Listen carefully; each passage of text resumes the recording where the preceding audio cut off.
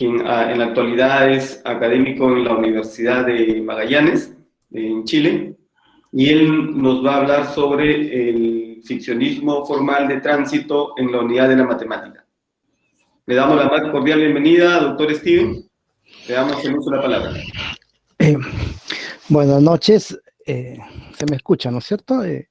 Sí. Buenas noches a todos los colegas de la facultad. Como ustedes saben, yo soy un egresado de la facultad de la Pedro Ruiz Gallo y además fui profesor de la Universidad Pedro Ruiz Gallo, en donde he tenido la ocasión de tener buenos estudiantes. Muchos son profesores universitarios, y muchos están trabajando también en la universidad. Así que yo tengo gratos recuerdos y espero, una vez que pase la pandemia, estar de visita por allá, ¿no? Ustedes saben que tengo un gran cariño y un aprecio por la facultad de matemática que, digamos, si no hubiese sido por esa facultad, de repente yo no hubiese podido estudiar, ¿no?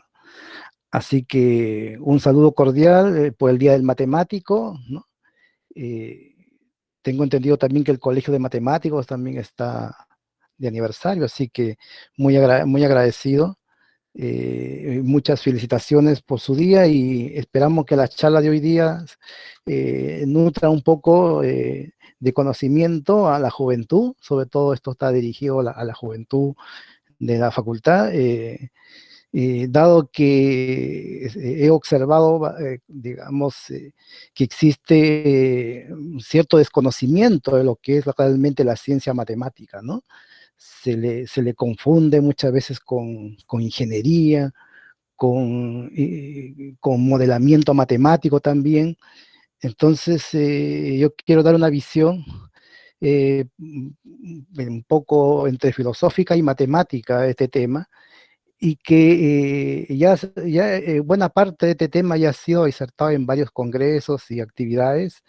Incluso recuerdo que acá también ya había hablado un poco de esta idea del ficcionismo formal, pero lo voy a revisar también hoy día para hacer recuerdo de algunas cosas, y me voy a centrar al final de esta charla en establecer cómo la matemática en su crecimiento a través de los últimos años, de las últimas décadas, está tendiendo a una unidad, ¿no? De todos.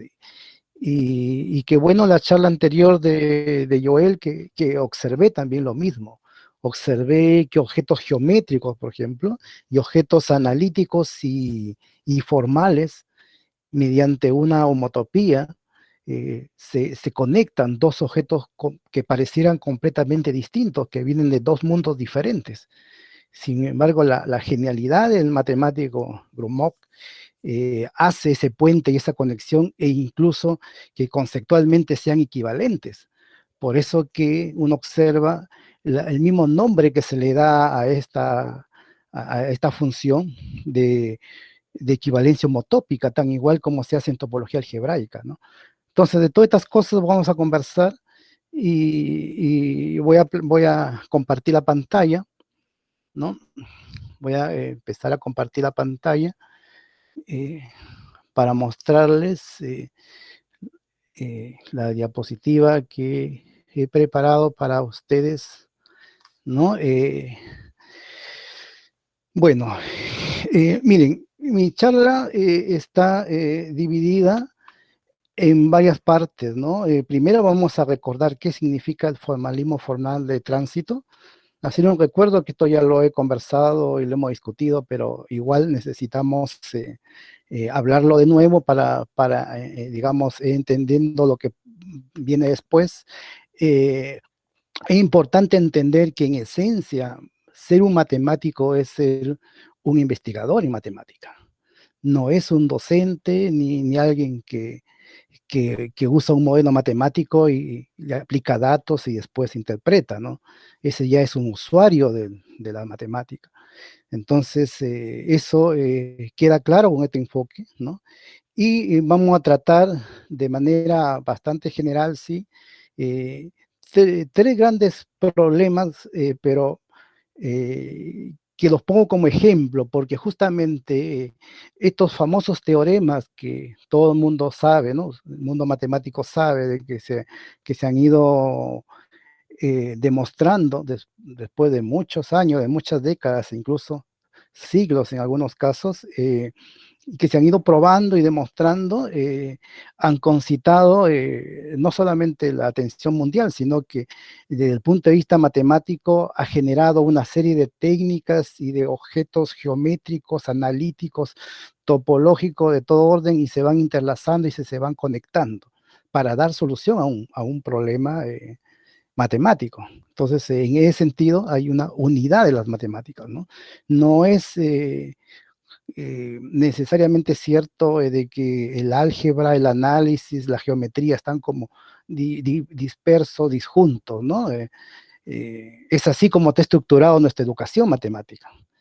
Pero los grandes matemáticos que resuelven este tipo de problemas, tanto este teorema como la conjetura de Poincaré, por ejemplo, que es otro, de los grandes problemas resueltos, son personas o grupo de gente que tiene una cultura matemática extraordinaria y que son capaces de hacer esos puentes y esa visualización cognitiva que ellos hacen para poder lograr estas cosas, ¿no? Un trabajo hermoso, bonito, y eso es la esencia de las matemáticas, ¿no? La matemática es un constructo humano, una idealización humana.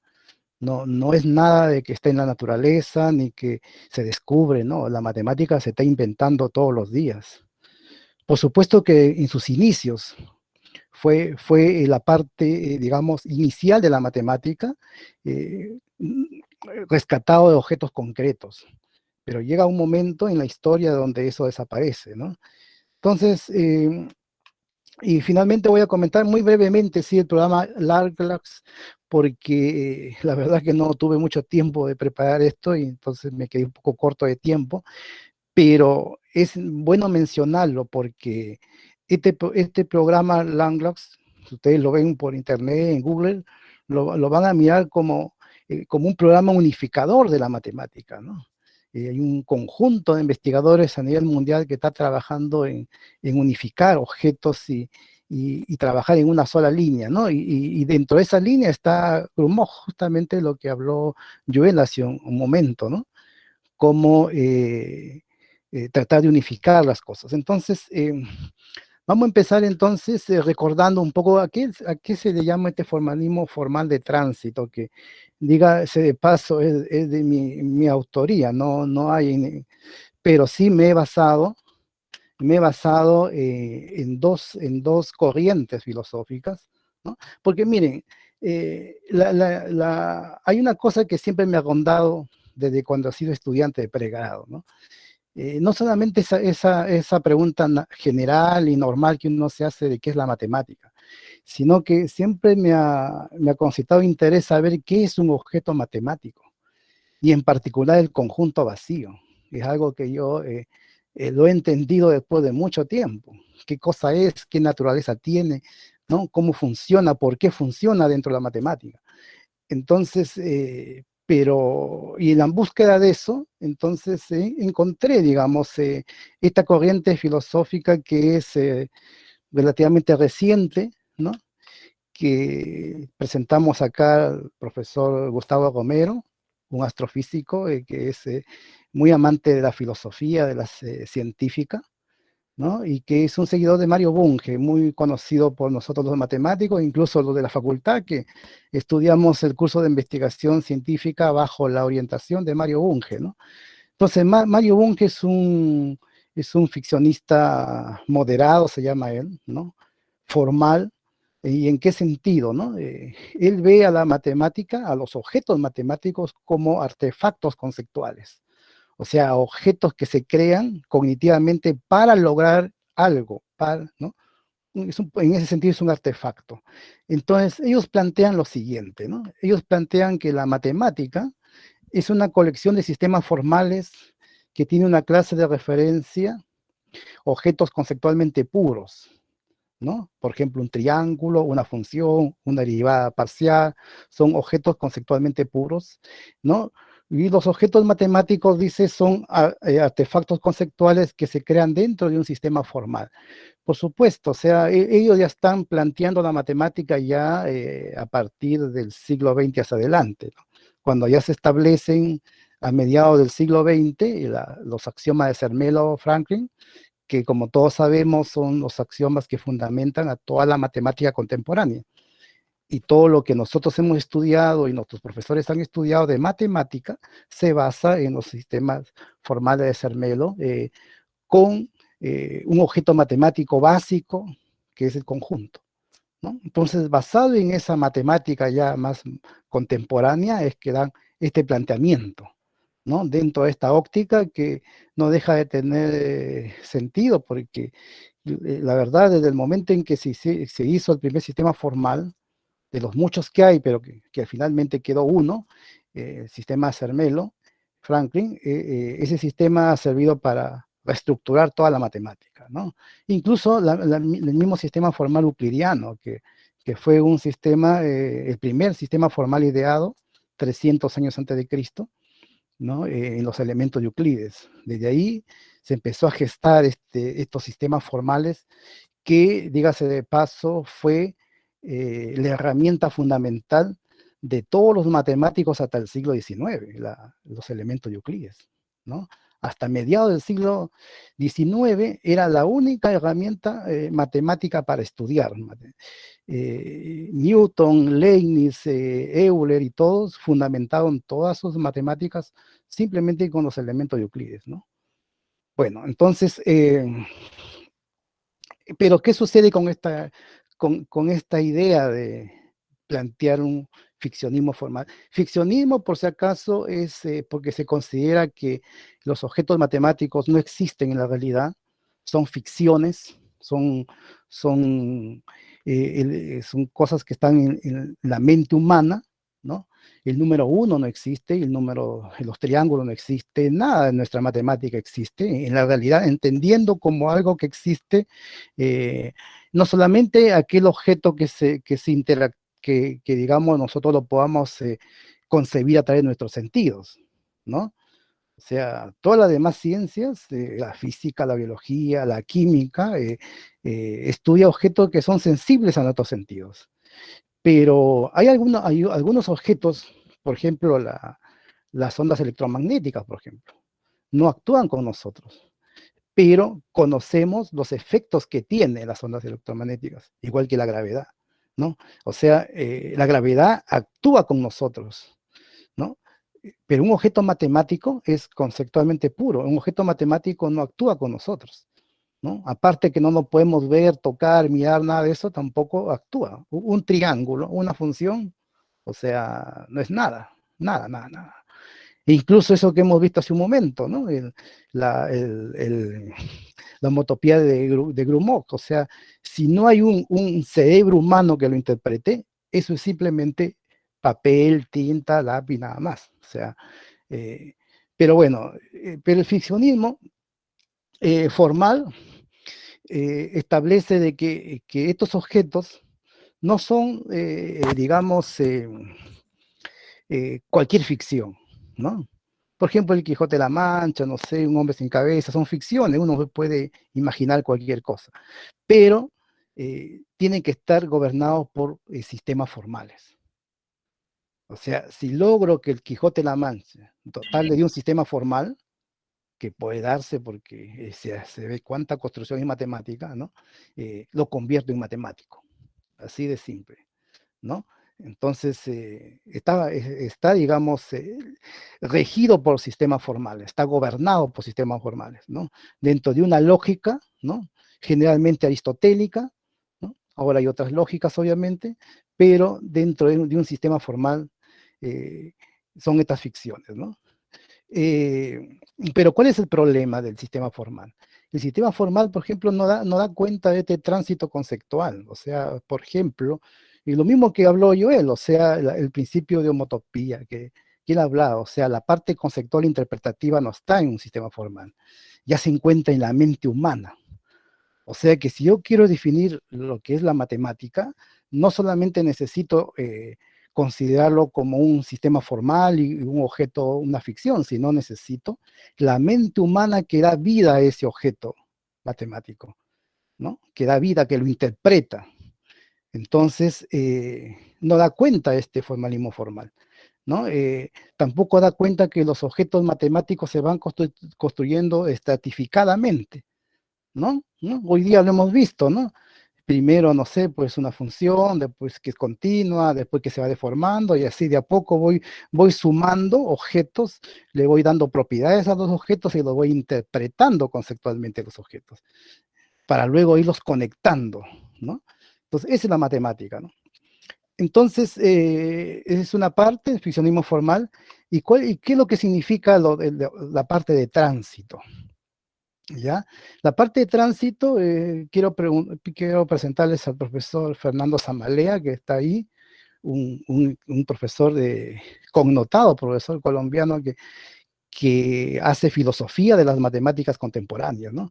Y él habla de esta ontología transitoria de Alain Badiou, ¿no? Es un hombre que tiene una cultura extraordinaria en matemática, conoce a fondo las matemáticas contemporáneas, porque hace, por ejemplo, a Krötinger, que ustedes lo ven ahí, ¿no? Empieza este profesor a analizar la obra de Krötinger, ¿no? La obra y ir al fondo de cuáles son las ideas conceptuales que Krötinger tenía. O sea, ese es un trabajo que se puede hacer ahora, pero de una sola persona. No se puede hacer un trabajo global, filosófico global, como se hacía a principios del siglo XX y todos los siglos anteriores, ¿no? Ya no se puede hacer eso. Entonces, ¿pero qué dice esta ontología? Ontología. Dice que no existe el objeto matemático universal y absoluto, dice. Por ejemplo, el conjunto vacío, el conjunto universal, las clases, las categorías, todas esas cosas no existen, ¿no? Sino que existen redes que evolucionan incesantemente de los demás a medida que se conectan con otros universos de interpretación conceptual. Entonces, él ya está teniendo una idea en que en la matemática todo es transitorio. O sea, hoy día tengo el teorema de Pitágoras dentro del sistema formal euclidiano y mañana lo voy a tener en el sistema formal no euclidiano, ¿no? Y pasado lo voy a tener en un análisis no arquimediano o lo voy a tener, qué sé yo, en álgebra geométrica, etcétera. Va transitando, ¿no? Digamos, conectándose con redes, como dice él, eh, pero en ningún momento habla de sistemas formales aquí. No lo mira como un sistema formal. Él está mirando el objeto que se deforma, que se adapta, que va creciendo, pero no mira quién gobierna esos objetos, ¿no? ¿Cómo lo hace? ¿Con qué grado de verdad está desarrollándose? Eso se establece en los sistemas formales. Entonces, dice que la matemática se encuentra en pleno tránsito y evolución, donde el objeto matemático es relativo respecto a un ámbito. Claro, o sea, uno puede hablar de punto de acumulación en la recta, punto de acumulación en un espacio métrico, punto de acumulación en un espacio piádico, no sé, está siempre referido a un ámbito, ¿no? Y respecto a un momento de la evolución de ese ámbito, exactamente, porque, no sé, pues, cuando se crearon los espacios abstractos a principios del siglo XX, ¿no? Solamente se podía hablar de punto de acumulación de los espacios métricos, porque no existía más, ¿no? Y después ha ido evolucionando y ese mismo concepto se ha ido ampliando. Vamos a dar un ejemplo concreto de esto, ¿no?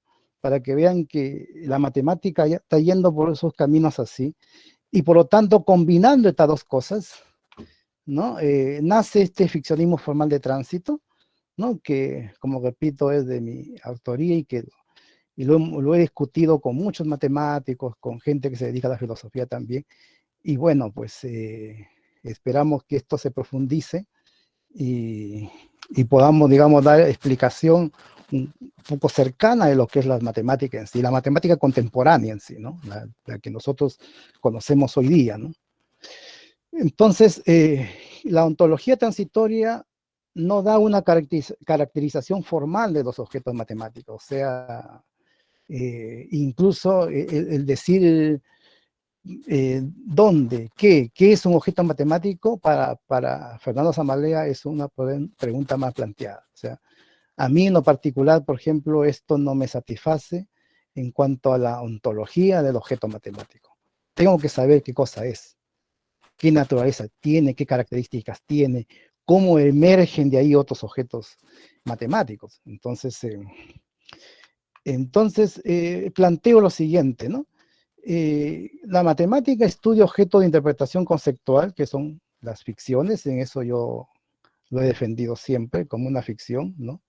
Eh, Está fuera de lo que es el platonismo, fuera de lo que es el formalismo, fuera de lo que es el logicismo y todas las escuelas filosóficas que hay, ¿no?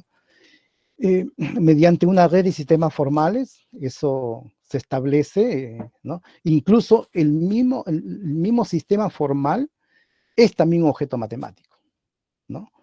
Entonces, estratificados, ahí junto lo que falta para, digamos, el formalismo formal clásico, ¿no? Y conectados entre sí, a fin de ampliar su riqueza conceptual, y le hemos agregado que le dé unidad.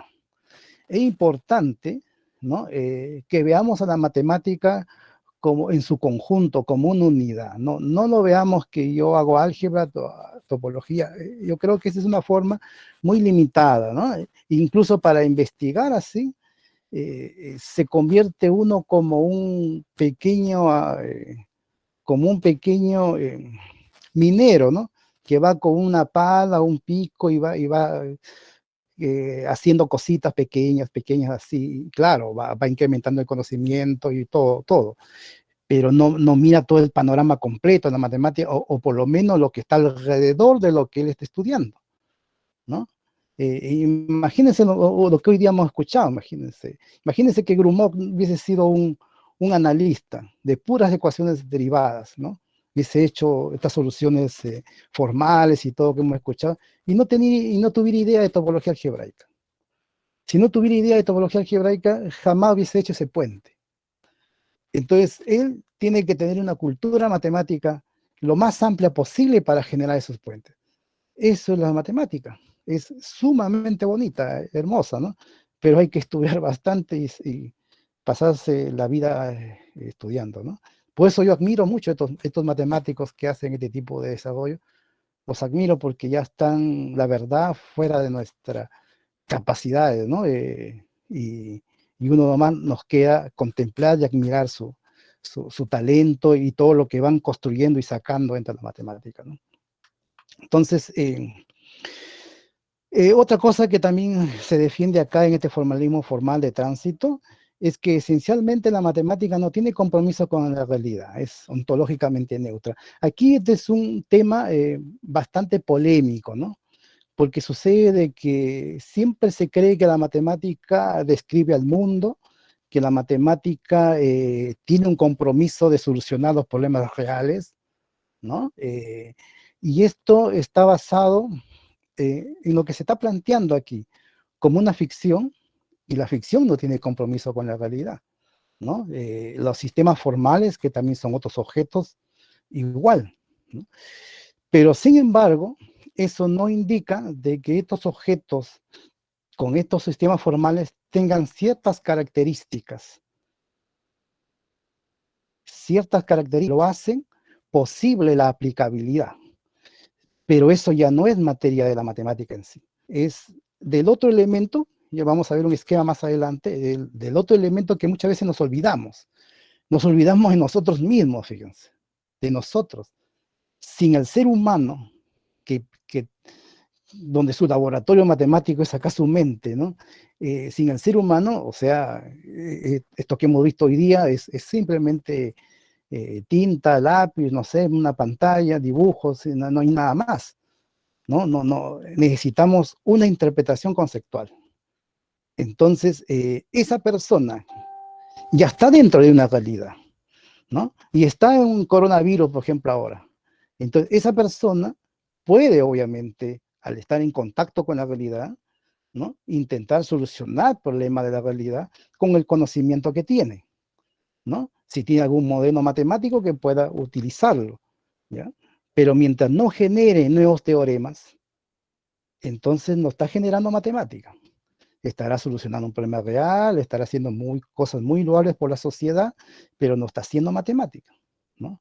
Entonces, la matemática se va generando desde adentro, ¿no?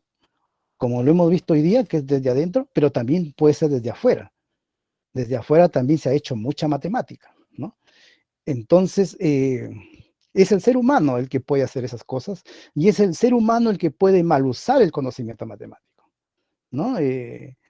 Hay gente que cree que por la culpa de la matemática se inventó la bomba atómica, por la culpa de la matemática, no sé, pues se mataron tanta gente en las guerras, qué sé yo, es una, no tiene ningún fundamento eso.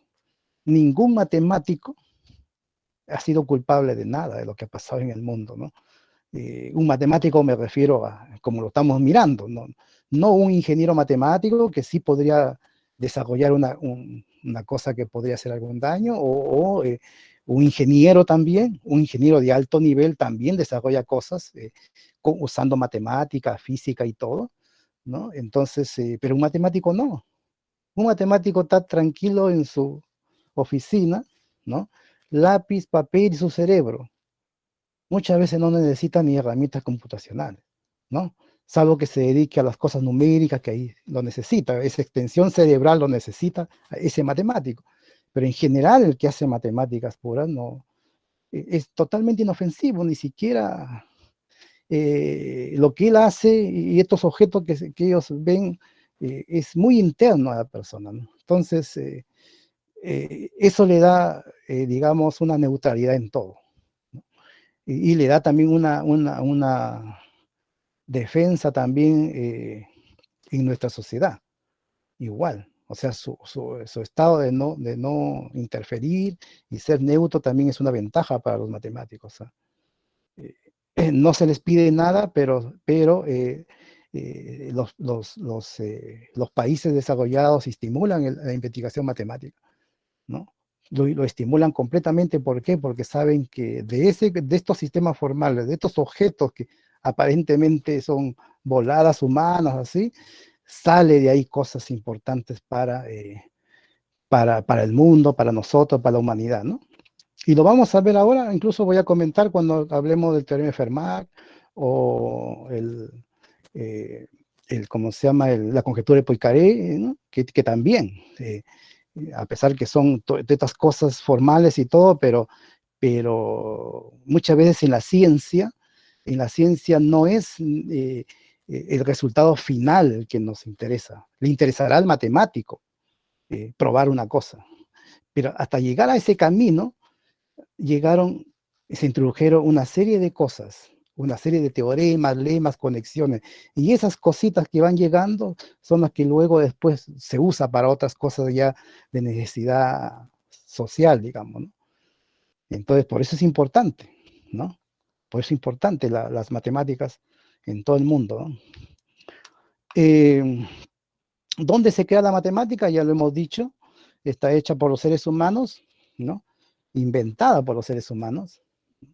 Una topología es una invención, ¿no? Una concepción de continuidad que uno lo puede interpretar también cuando uno lo interpreta en la naturaleza, es la interpretación humana. Si esa persona no tiene el conocimiento matemático, él simplemente no va a interpretar nada, ¿no? Por ejemplo, algunos dicen, miren, las hojas van creciendo de acuerdo a la asociación de Fibonacci. O sea, esa es no tiene un sentido. Las plantas no tienen pensamiento matemático que yo sepa, ¿no? Donde ellos puedan crecer de esa forma. Somos nosotros los seres humanos que conociendo la asociación de Fibonacci, lo asociamos y le damos una interpretación, nosotros. Entonces, la matemática en sí son números, fórmulas, patrones que se van desplegando en las hojas y eso es la matemática. Bueno, entonces, quería mostrar ahora, ya con todo esto, ¿no? ¿Qué es la matemática? Miren, la matemática no es solamente el sistema formal. La verdad, lo anterior que he explicado es como la ontología del objeto matemático, o lo que es en realidad la matemática.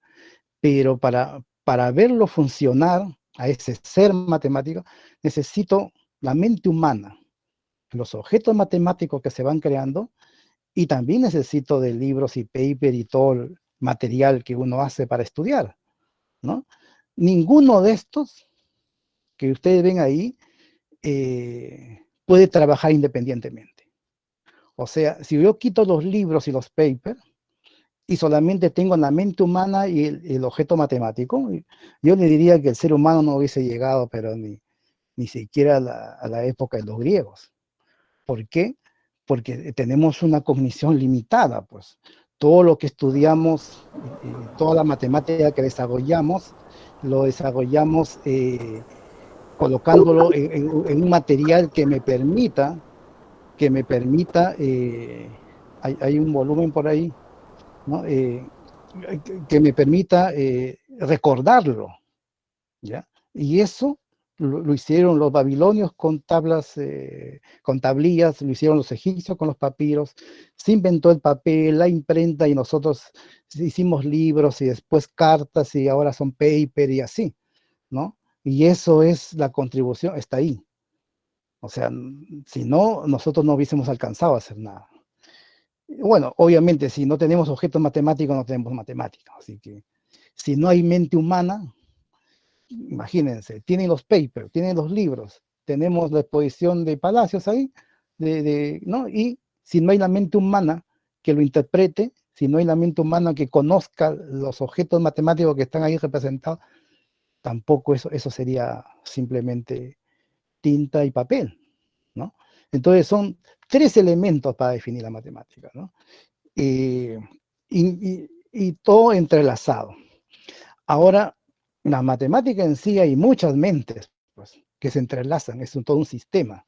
¿Ya? Aquí estoy tomando solamente un objeto, un matemático en particular, cualquiera, pero los objetos matemáticos, los papers y todo eso se hace también con muchas mentes que se van conectando, ¿no? O sea, eso hay que tener en cuenta porque los problemas, los grandes problemas matemáticos se han resuelto así, en grupo.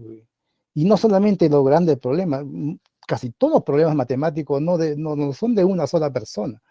Hay mentes humanas anteriores o mentes humanas contemporáneos, colegas que también han trabajado en lo mismo, que también han pensado cosas parecidas y se juntan y contribuyen entre ellos, ¿no?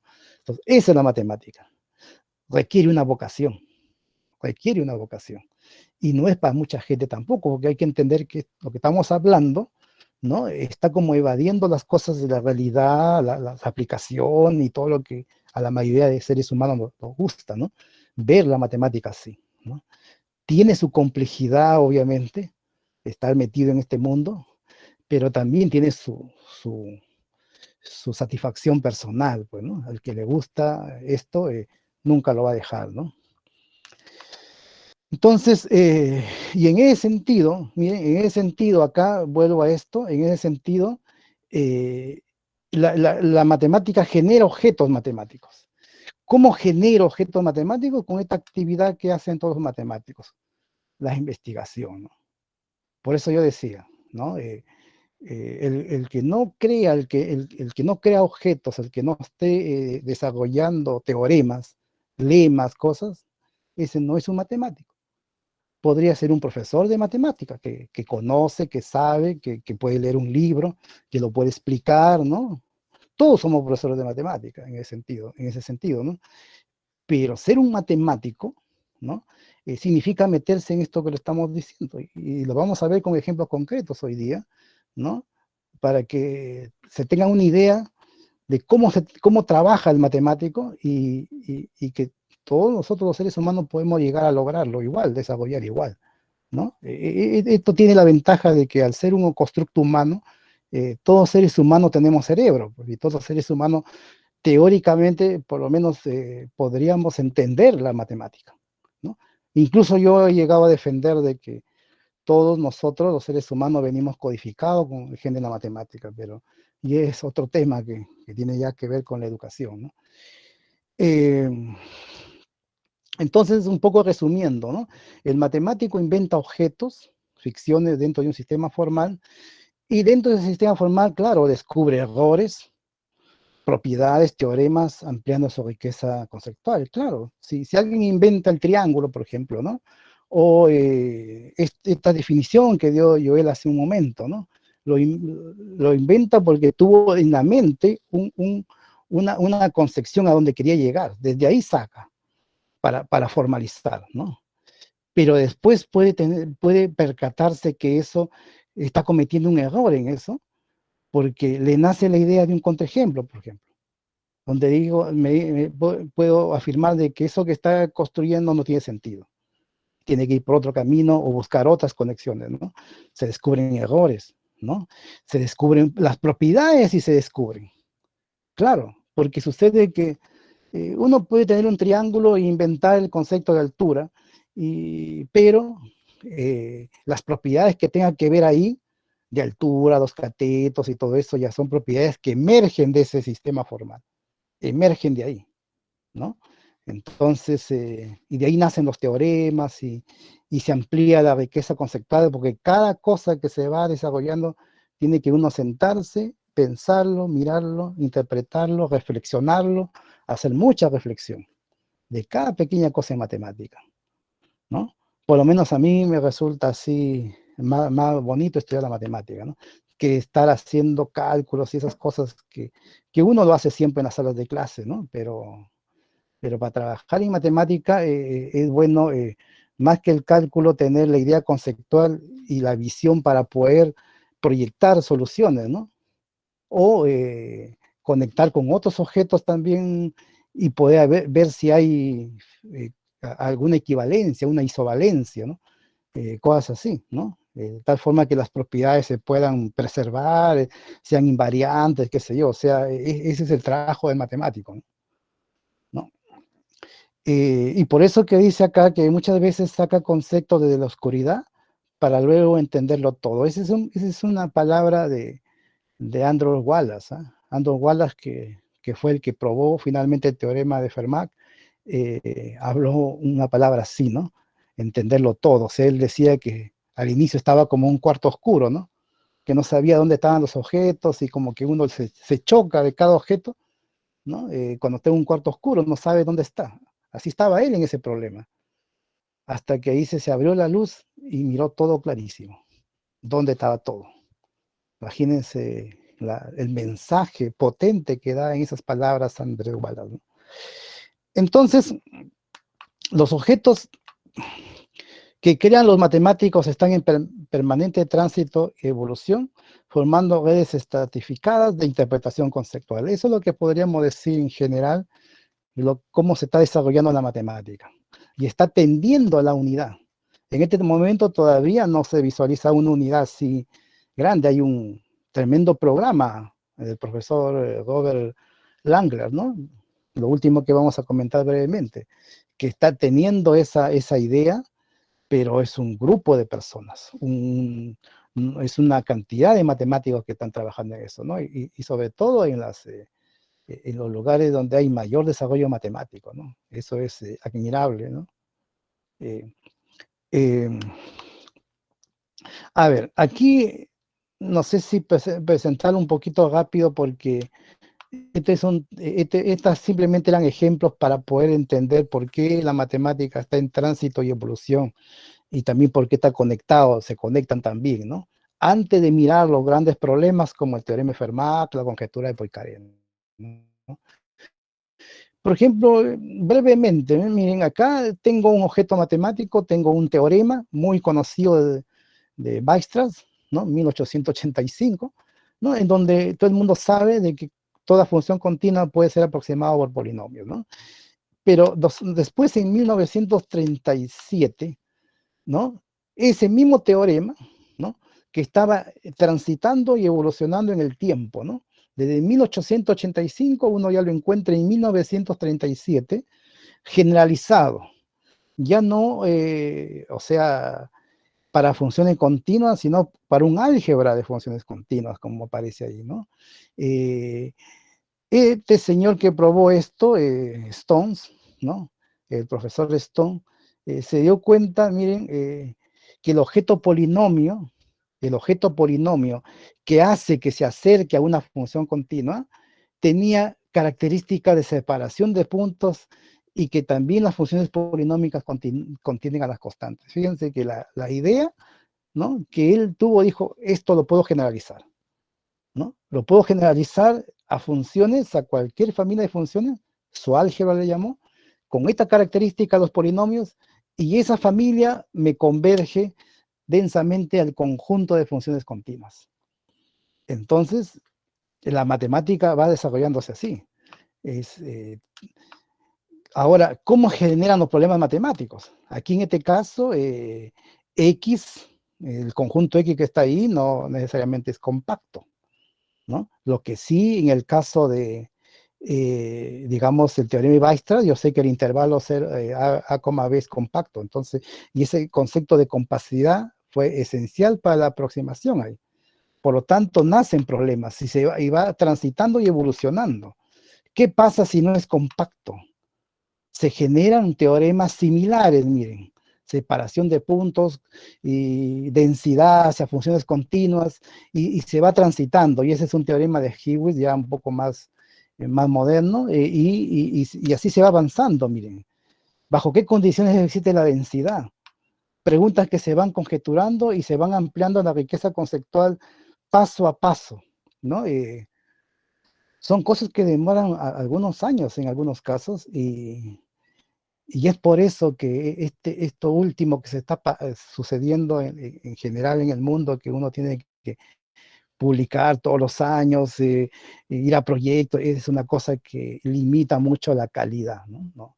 Si uno le hubiese dicho a estos matemáticos, usted tiene un semestre para hacer una publicación, no sé qué nos hubiese dicho, porque la verdad que esto demora mucho, porque es profundo, y ahí nacen las cosas importantes, ¿no? Que entonces, como no ya, como esta cosa de separación de puntos ya no funciona, hay que ampliar ese concepto, ir a generalizarlo, y nacen otros objetos con lo que aparece ahí, objetos que se llaman completamente separables, separación completamente de conjunto de Lebesgue, una serie de objetos, de cosas que se le van colocando para lograr lo mismo, la densidad. Al final aquí, en este ejemplo que les doy, es la densidad la que está internamente queriéndose encontrar, ¿no? ¿Qué pasa si X para compacto, localmente compacto, o de Lindenford? O sea, empiezan los topólogos a volar más alto. La misma idea. La misma idea.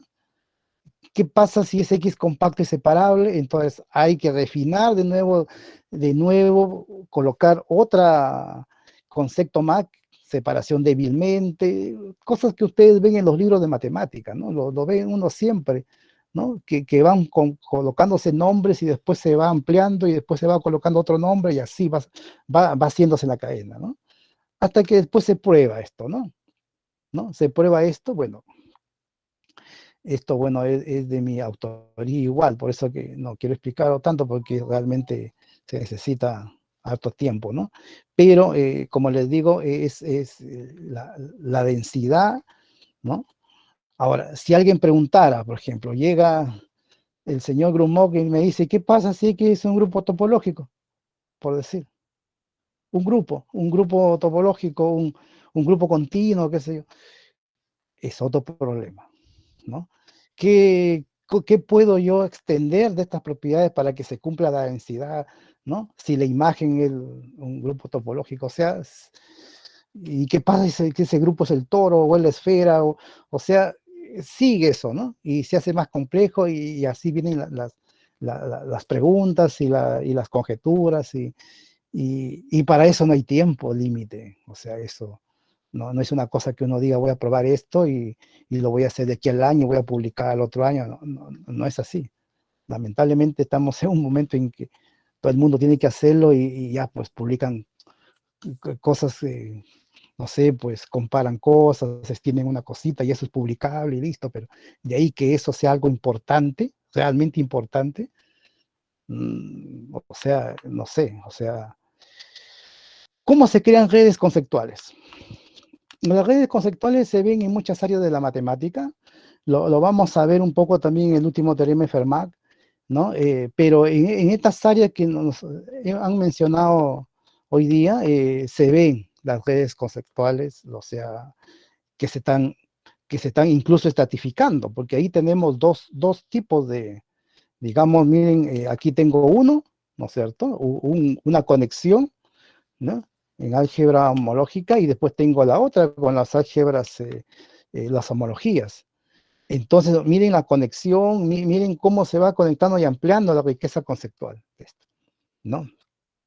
Todas estas cosas, ¿qué tiene que ver con las ecuaciones parciales? ¿Qué tiene que ver con el álgebra de Galois, la teoría de representación de Galois? Lo vamos a ver que sí tienen que ver, ¿no? Y el que hace esas conexiones es un genio, o sea, son los genios de los grandes matemáticos. Entonces, esto que estamos viendo acá, hasta este momento, que es como la base para entender ahora por qué la matemática está tendiendo a la unidad, ¿no? Es hablarlo dentro de dos problemas resueltos, recientes, relativamente reciente uno, ¿no? Y en donde uno puede observar todo esto que le estoy contando, ¿no? Observarlo y entender la profundidad, digamos, la dificultad y la belleza que tiene la matemática, ¿no?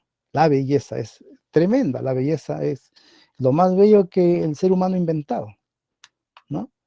Por ejemplo, hablando del último teorema de Fermat, que me imagino todos ubican y conocen, ¿no? Es un teorema de 1637, ¿no? Una afirmación que lo hizo el matemático, bueno, en realidad Pierre de Fermat era un abogado, ¿no? No era un aficionado a las matemáticas, una persona como había muchos en su época, ¿no?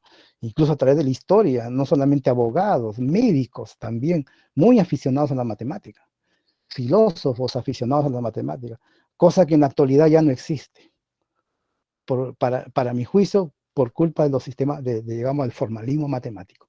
Eso ha alejado mucho a otras mentes que hubiesen podido ayudar bastante, ¿no? Pero bueno, Fermat, que era un abogado del siglo XVII, que hizo esta conjetura que todo el mundo conoce, ¿no? Todo el mundo conoce esta conjetura de Fermat, ¿no? Nacida dentro de un problema que estaba escrito en la obra de Diofanto, la aritmética, ¿no? Diofanto, un matemático griego del siglo II, ¿no? En donde él, un grupo de problemas que tenía son 12 libros, pero solamente se encuentran 6 ahora, de la aritmética de Diofanto, donde aparecía un problema así, ¿no? Para el caso de, digamos, de las ternas pitagóricas, ¿no? Entonces, obviamente que Fermat, como ustedes saben, lo que se dice de que él escribió dentro de ese manuscrito donde estaba, o del libro donde estaba la aritmética de Diofanto, una frase que fue, digamos, muy importante para el desarrollo matemático, pero que en ese momento se vio como que no tenía mucha importancia, porque él afirmaba tener una demostración de ese enunciado que ustedes ven ahí, que es una generalización del teorema de Pitágoras, ¿no? Pero que el espacio era muy corto, no podía él hacerlo ahí, ¿no? Él finalmente se murió y todo, y no vimos ninguna solución, ¿no? Y otros matemáticos contemporáneos y futuros de él intentaron probarlo. Por lo tanto, nadie pudo, hasta que llegó este señor que ven ahí, Andrés Wallace, que ya es un matemático contemporáneo, todavía vive el profesor, todavía es relativamente joven. En ese momento tendría cerca de los 40 años, ¿no? Me parece que ya ha pasado los 40 años. Entonces, lo solucionó, como ustedes saben. Pero yo, al margen de esta historia, yo quería que vean ustedes, tener una idea cómo es la matemática que este señor conectó, ¿no? Esta estructura formal que estamos hablando de tránsito, ¿no? Para lograr esto, ¿no? Ya, esto ya es producto de la matemática contemporánea. Por lo tanto, es muy poco probable que Fermat haya tenido una demostración con la matemática de su época, época del siglo XVII, ¿no? Es casi imposible, ¿no? Él seguramente estuvo errado, y bueno, pero se probó recién, ¿no? Relativamente recién, porque fue en el año 1995, me parece que fue ya la demostración final, ¿no? Y usando la matemática ya del siglo XX. ¿Y cómo resolvió, miren esta cosa, que es de teoría y números, ¿no? ¿Qué tiene que ver con, no sé, pues con representaciones de Galois, con curvas elípticas, con formas modulares, que son matemáticas que vienen del área de la geometría algebraica, ¿no? Actual? ¿Qué tiene que ver?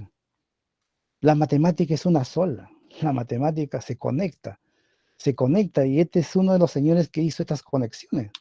Miren, miren lo que les voy a mostrar, la famosa conjetura de Taniyama Shimura, muy conocido para los que estudian, están dentro del área de la geometría algebraica, ¿no? Dos mundos aparentemente distintos, las curvas elípticas, que ahí ven un ejemplo, y las formas modulares, ¿ya? Estos objetos, miren que uno los puede definir acá igual, pero no. A mí me interesa que ustedes vean las ideas que están dentro de esto, ¿no? Las conexiones que se pueden juntar acá, ¿no? Y entender lo que es en esencia la matemática, ¿no? Eso es lo que me interesa en esta charla, ¿no? Entonces, sucede de que estas curvas elípticas representadas por estos espacios, ¿no? Curvas elípticas que tienen que tener coeficientes no racionales, ¿no? Y estas otras formas modulares que vienen también del área de la geometría algebraica, ¿no? Eh, hubo un famoso conjetura de estos dos japoneses, ¿no? Taniyama Shimura, ¿no? Se hizo muy famoso, sobre todo el profesor Shimura, ¿no? Que recién falleció el año pasado, no, en 2019 falleció él, y Takiyama, bueno, él falleció muy joven, a los 31 años, producto de una depresión, y se suicidó, una historia muy, muy lamentable, ¿no? Pero ya en esa edad, miren, hicieron esta conjetura, ¿no? De que estos dos objetos matemáticos, si, la pregunta era si estaban conectados, si eran isovalentes, si un objeto de acá, un E1, por ejemplo, una curva elíptica se asocia a una forma modular, ¿no? Si hay n curvas elípticas y acá puedo construir m formas modulares. Hasta ahí no tenía nada que ver con el teorema de Fermat. Hasta que Ken River prueba de que el teorema de Fermat, ¿no? Las soluciones del teorema de Fermat estaban conectadas con las curvas elípticas. Miren, eso fue un resultado potente, porque al tener esa equivalencia, al transformar la solución de teorema de Fermat con las curvas elípticas, y si se lograra probar esta conjetura de Yashimura, entonces se habría solucionado el teorema de Fermat, ¿no? Entonces, toda la artillería matemática era probar esta conjetura de Takiyama. Entonces, la reflexión es acá, miren, el mundo de la álgebra, de la teoría de números, el mundo de la geometría algebraica, ¿no? De las formas modulares. ¿Cómo probar esta conjetura? ¿Qué técnica se tenía qué objetos matemáticos tienen que emerger para poder llegar a tener esa equivalencia, ¿no? Es un paper de 100 hojas, ¿eh? De más de 100 hojas, según que se puede hacer en un curso, habría que hacer un curso de un semestre, ¿no? Tremendo. Esos son los grandes, un paper de más de 100 hojas, imagínense, ¿no? Ahora los papers son de 10 hojitas, así nomás, ¿no? En cambio, un paper de estos señores, pues, tenemos para toda la vida para estudiar, ¿no? Y de ahí nacen muchas cosas más. Justamente ese es el valor que tiene esto. No tanto que se haya probado el teorema, porque eso, si es verdadero o es falso ese teorema, eso le interesará a un matemático, ¿no? O el que lo demostró, pues se levantará su ego, no sé, pues, ¿no? Pero a la sociedad en sí, y la sociedad sí ha sido importante, porque a raíz de esta prueba nacieron diferentes técnicas que ahora se utilizan en criptografía, en análisis de datos, una serie de cosas que tienen ahora aplicación, ¿no? Que si no hubiese habido este teorema, esto todavía no tuviéramos ni las tarjetas de crédito bancario, no tuviéramos nada de eso, ¿no? Por eso los países desarrollados estimulan este tipo de investigación. No para que tengan una utilidad en el momento, como generalmente se cree en el Perú, que es una mentalidad muy inmediatista en el Perú. Queremos ya desarrollar la ciencia ya y mañana me solucionen los problemas reales. Eso es antihistórico, eso no pasa en ninguna parte del mundo. O sea, tiene sus procesos y tiene su solución, pero muchas veces demora, ¿no? No hay tiempo para eso, ¿no? Entonces, eh, Andrew Wallace utilizó estas teorías que estamos nombrando acá, Iwasawa, ¿no? Y técnicas que ya estaban desarrolladas también, ¿no? Pero estoy mostrando simplemente cómo la matemática del siglo XX, ¿no? Con la matemática del siglo XX, recién se pudo comprobar, demostrar una conjetura del siglo XVII, ¿no? ¿Se dan cuenta? Imagínense que Andrew Wallace le demoró alrededor de 7 años, dándole todos los días. No publicó nada en esos 7 años, según se dice, ¿no? O sea, prácticamente si ese profesor hubiese estado trabajando en una universidad de Latinoamérica, donde le exigen una publicación por año, ya lo hubiesen echado del trabajo. Así, esa es la realidad. Y él calladito, hasta que logró, imagínense lo que logró.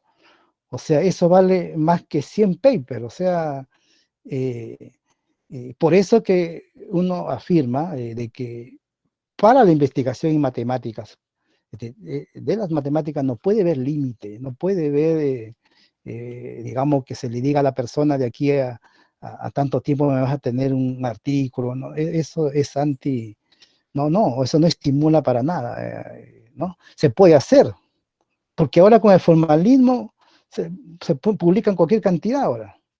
Se ha multiplicado la investigación como nunca antes en la historia, ¿no?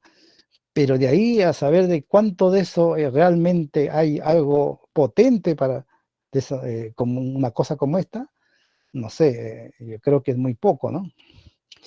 Entonces, eso es, digamos, un poco la historia del teorema de Fermat, ¿no?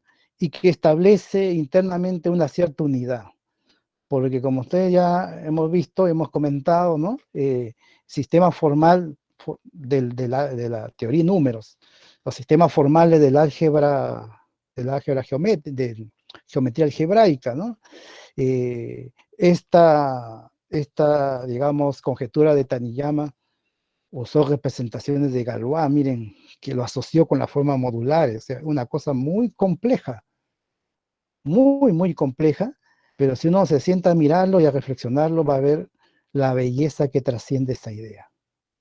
Una tremenda belleza, una profundidad digamos, de conceptual ahí. Primero la idea y digamos, de establecer eso, y después viene lo formal, el que hay que ponerse en el papel, ¿no? Para ver si es cierto o no, ¿no? Que también tiene su complejidad, pues. Seres humanos somos así, bastante limitados, la verdad. Entonces, eh, tiene su complejidad y hay que darle y hasta que pueda salir algo, ¿no? Así lo cuenta el mismo Andrew Wallace, ¿no? No lo digo yo, no lo digo yo, lo dice un matemático al nivel de Andrew Wallace, lo dice así también, ¿no?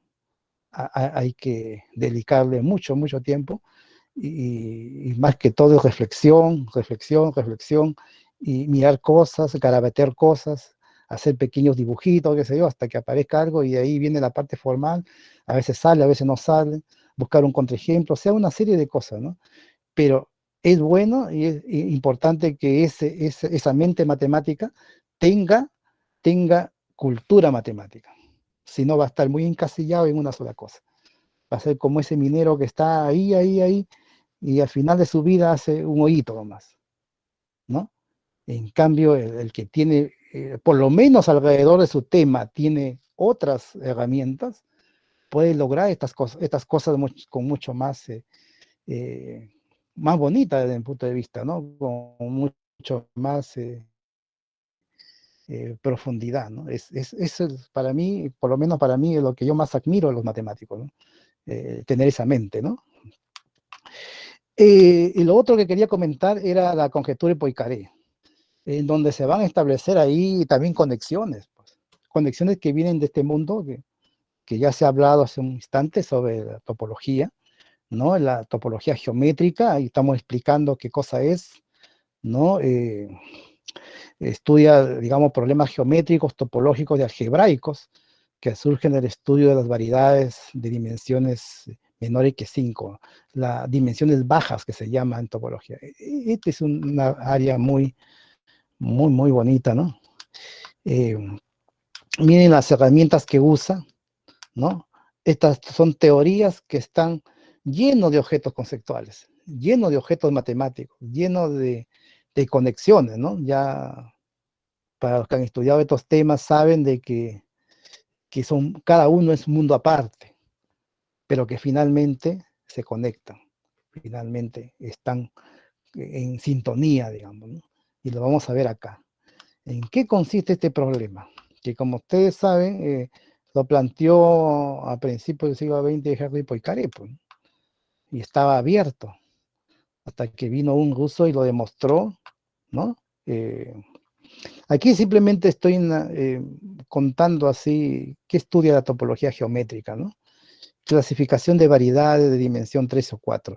Estos objetos variedades, miren que viene de una abstracción de las superficies, ¿no? De las superficies espaciales, ¿no? De los objetos que uno ve, ¿no? Pero que después al salirse a otras dimensiones mayores, ya perdemos esa visualización, pero las operaciones matemáticas se pueden ir generalizando. Ahora, ¿cómo los interpretamos? ¿No? Eso fue una de las cosas que tuvo que Perelman, digamos, superar, ¿no? Acá está el señor Perelman. Bueno, aquí para ver este problema y ver cómo está la unidad de la matemática acá, tendríamos que decir primero que las superficies de dimensión 2 ya han sido clasificables hace mucho tiempo, ¿no? Toda superficie, digamos, orientable, incluso no orientable también, están clasificados con esfera con asas, ¿no? Eso en un curso de topología algebraica se ve, ¿no? Pero acá la preocupación era saber cómo clasificar estos objetos, estas variedades que están en dimensión, que son de dimensión 3, que ya no están dentro de, ¿no? Están contenidos en R4, son variedades de dimensión 3. Entonces, para esto, miren, eh, existía el programa de geometrización de Tungsten, en donde él establecía, ya, es una especie de, digamos, de conjetura grande de cómo se clasifican estas variedades, ¿ya? Conjetura grande, pero que él había logrado probar algunas cosas nomás, ¿no? Dentro de esa clasificación, obviamente iba a estar la esfera de 3 dimensiones, que era quizá lo más sencillo, ¿no? Justamente lo que consideraba, digamos, Poincaré, ¿no? Poincaré, ¿qué es lo que conjeturó? Miren, se sabía, ¿no? Bueno, en cualquier curso de topología algebraica, ustedes pueden probar de que el grupo fundamental si el grupo fundamental es, digamos, nulo, entonces ese objeto, esa superficie es S3. Y eso está, digamos, fundamentado al hecho de que la esfera no tiene hoyo, ¿no? Ustedes saben que conceptualmente lo que es el grupo fundamental es estructurar un grupo formado por funciones que son lazos que se colocan dentro del objeto, en este caso una esfera, ¿no? Y observar cómo estos se deforman hasta convertirse en un punto, ¿no? Y en el caso de la esfera, como no tiene ningún hoyo, es muy fácil de que eso se convierta en un punto, y por eso que el grupo fundamental de la esfera es la identidad, ¿no? Ahora, eso daba cuenta de que esa esfera no tenía hoyos. Pero ¿cómo saber en una esfera de dimensión S3, dimensión 3? Esa era la conjetura. Poincaré decía que era exactamente igual, que no tenía hoyos igual. ¿Cómo saberlo? Miren, ¿no? Entonces, la prueba que hizo, miren, Perelman es una prueba que establece una conexión con esta geometrización de Tungstone, en donde él habla, miren, aquí voy a ser bastante breve porque miren, las estructuras geométricas son 8 según el programa de Tungstone, que establecen la clasificación de los objetos tridimensionales. ¿Ya?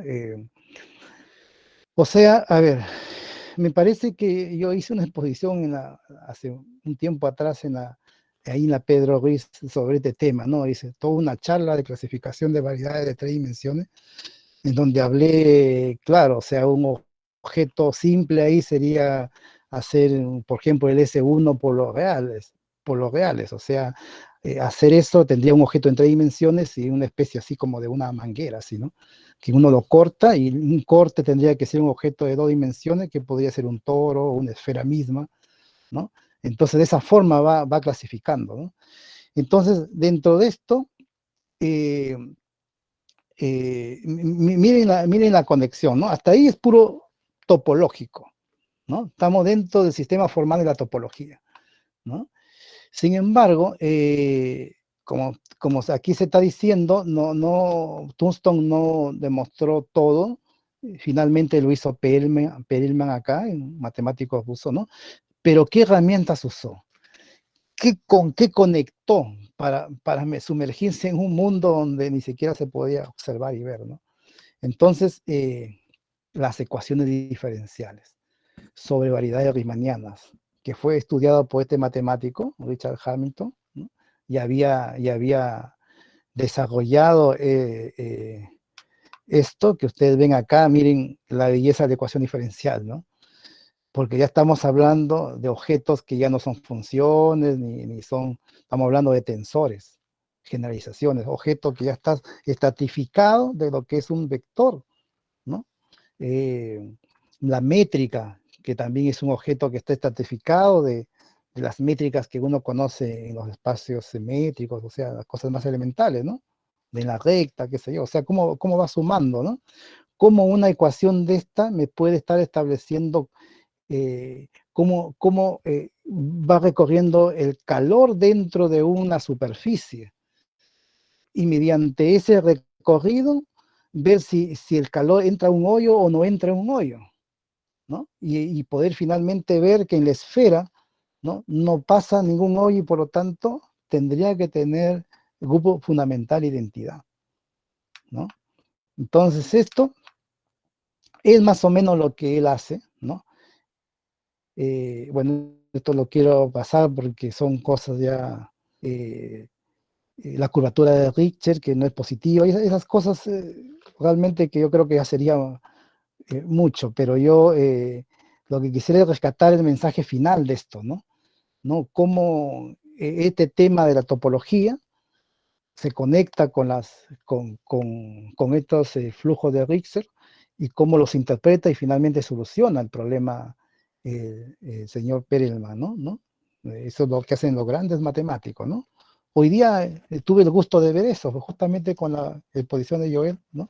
Habló de objetos geométricos asociados con los objetos analíticos y formales, formando un principio de homotopía que tendría que tener, ¿no? Propiedades similares a la homotopía topológica, ¿no? Entonces, seguramente se hizo una isovalencia, ¿no? Y permitió etiquetarlo con el mismo nombre, ¿no? E ir avanzando así, o sea, es una cosa bellísima, ¿no? Gromov, fíjense que tiene una gran teoría también, ¿ah? Él trata de eh, metrizar las topologías, ¿no?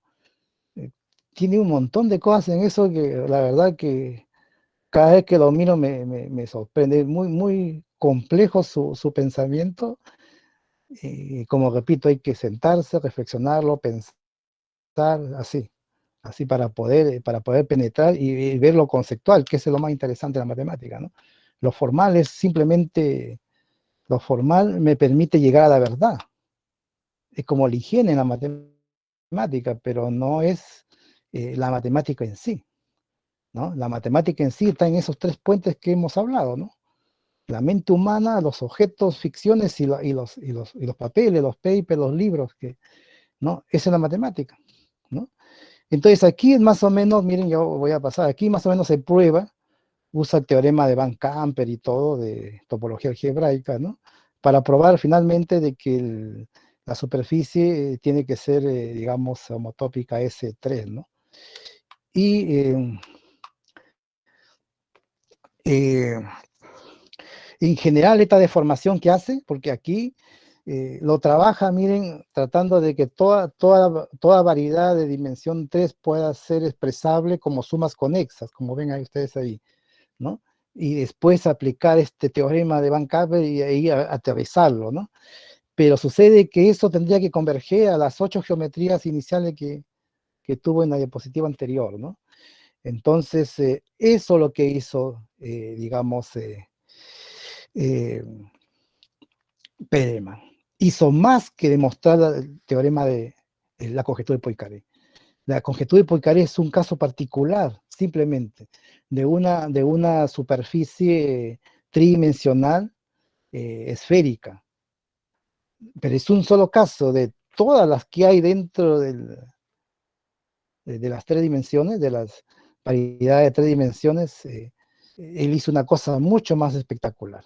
Pero como esto no es tan conocido y es más conocido la conjetura de Poincaré, él, digamos, se hizo más famoso por la conjetura de Poincaré, pero en realidad hizo mucho más, ¿no? Él clasificó todas las variedades de dimensión 3. O sea, probó, en otras palabras, la conjetura de geometrización de Tungsten, de matemático Tungsten que ya falleció ya. Entonces, para eso, miren, en estos flujos de Ricci, que son esta fórmula que anteriormente presenté, ya tuvo que inventar técnicas, tuvo que hacer una especie de cirugía, llaman ahí, porque hacen cortes, hacen pegamentos, por eso le llaman así, de modo que mantener el fenómeno en control, evitando singularidades, porque aquí la situación era que es como uno transitar a oscuras, ¿no? Uno transita a oscuras y puede pisar y puede irse al hoyo, ¿no? Un hoyo negro dentro de una variedad que uno no conoce. Entonces, tuvo que buscar la forma de, digamos, de dar vuelta a eso y no caer en nada, ¿no? Eso, por eso dice evitando singularidades, ¿no? Eh, y para eso obtiene técnicas originales. Su paper también es me parece que es de 60 páginas, pero ya para leer eso se necesita pasar por todos estos cursos de geometría diferencial, ecuaciones derivadas, análisis. Todo se conecta, miren, todo se conecta. Entonces, finalmente, ya para no aburrirlos más, porque aquí también es tarde, ¿no? Quería hablar sobre este programa, ¿no? Que es un programa unificador. Se le llama así la teoría unificadora de la matemática, ¿no? Quizás en otra oportunidad podríamos conversar solamente de este programa. Daría como para una charla, solamente meterse a este programa que da cuenta de que la matemática finalmente está tendiendo a la unificación, ¿no? Entonces, este señor Robert Langlois, que todavía está con vida, ¿no? Trata de buscar conexiones entre diferentes áreas, ¿no? Y hay un grupo de matemáticos en todas partes del mundo trabajando en esto, ¿no? Teoría de números, análisis, geometría, topología, ¿no? Grumov que está metido en esto también, es parte de esta cosa, o sea, fantástica, ¿no? ¿Qué tipo de matemática usa? Miren, aritmética modular, que viene de la geometría algebraica, la teoría de grupos, que ustedes saben que viene de la álgebra abstracta, ¿no? Y sus representaciones, o sea, representaciones de Galois, la misma técnica que usó Andrew Wallace para su teorema de Fermat, ¿no? Curvas elípticas, geometría algebraica, números complejos, análisis, ¿no? Geometría riemanniana, o sea, y hay que agregarle ahí física también. Así que es una belleza la matemática. Así que yo les invito a todos los jóvenes, ¿no?, a seguir por esta línea, ¿no?, de sumergirse al mundo de las matemáticas, que es muy hermoso, muy bonito. Está más allá de resolver cosas mecánicas, sacar límites integrales, está más allá de eso, ¿no? Eso es lo hermoso de la matemática. Por lo menos yo, en lo particular, lo veo así, ¿no? Y cada día me confirma más, cada vez que veo una noticia, cuando veo un artículo, veo estas cosas, como hoy día escuché, me confirman más de esta visión que yo tengo de las matemáticas, ¿no? De esa unidad que tiene, de esas conexiones que tiene, de esa estratificación que tiene, y que finalmente todo son ficciones, no existen en la realidad. Pero es lo único que el ser humano ha desarrollado para progresar y para estructurar todo el mundo que tenemos a nuestro alrededor. No hay otra cosa más. Es simplemente matemática, es todo. Así que muchas gracias. Si tuvieran alguna pregunta. Muchas gracias a usted, doctor Steven. Bueno, aquí en el chat hay algunas preguntas, las voy a ir leyendo. Por ejemplo, Juan Carlos Broncano pregunta, ¿cómo podemos acceder a un objeto matemático? Juan Cano Broncano, a ver, vamos a dejar de presentar. ¿Cómo acceder a un objeto matemático, ¿no? Miren, yo le volvería a la pregunta, ¿cómo él accede al triángulo? ¿Cómo él accede a un grupo? A un grupo, bueno, si es un estudiante de matemática, pero si es de ingeniería, podríamos decir a una función. ¿Cómo accede él a entender lo que es la función? De la misma forma, es una actividad cognitiva, totalmente cognitiva, ¿no? Y por lo tanto, ¿cómo accede a un conjunto, a un objeto matemático? De la misma forma, cognitivamente, está en la mente humana, ¿no? En ninguna otra parte, no está ni en la naturaleza, no está, está aquí en la mente humana. Ahí está, ahí accedemos, por nuestro intelecto, nuestro pensamiento, de esa forma accedemos, ¿no? Pero hay que tener en cuenta que ese objeto tiene que estar gobernado por sistemas formales.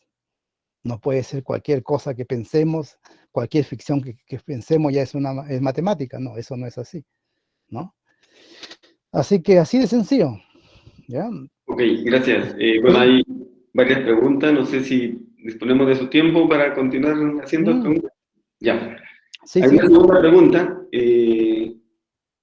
La pregunta es, dice, ¿es cierto que matemática, lugar-tiempo, a ver, creo que quiso decir, ¿es cierto que matemática es igual al lugar-tiempo desde el punto de vista antropológico?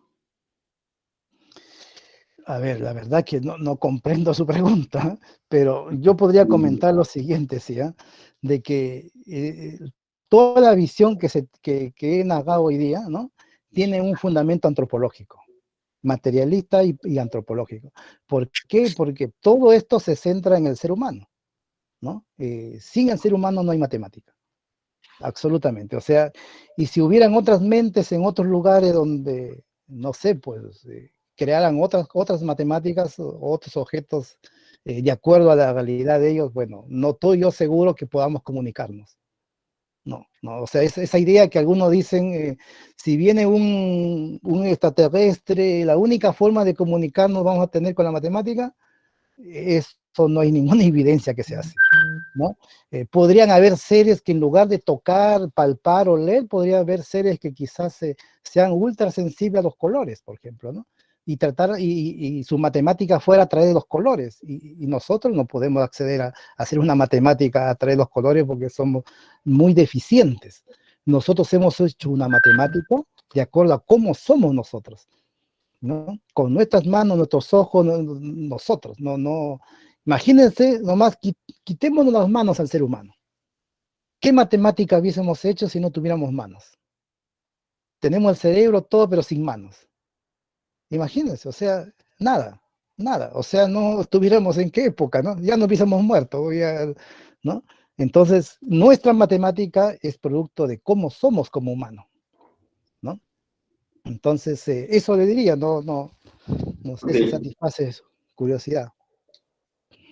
Y otra pregunta es, ¿la matemática es un objeto de interpretación conceptual? A ver, o sea, esa es una característica de la matemática. Claro. Una de las características. No toda interpretación conceptual, porque sucede que la pobreza también puede tener una interpretación conceptual. La filosofía está llena de interpretaciones conceptuales, ¿no? Aquí es una interpretación conceptual basado en sistemas formales, ¿no?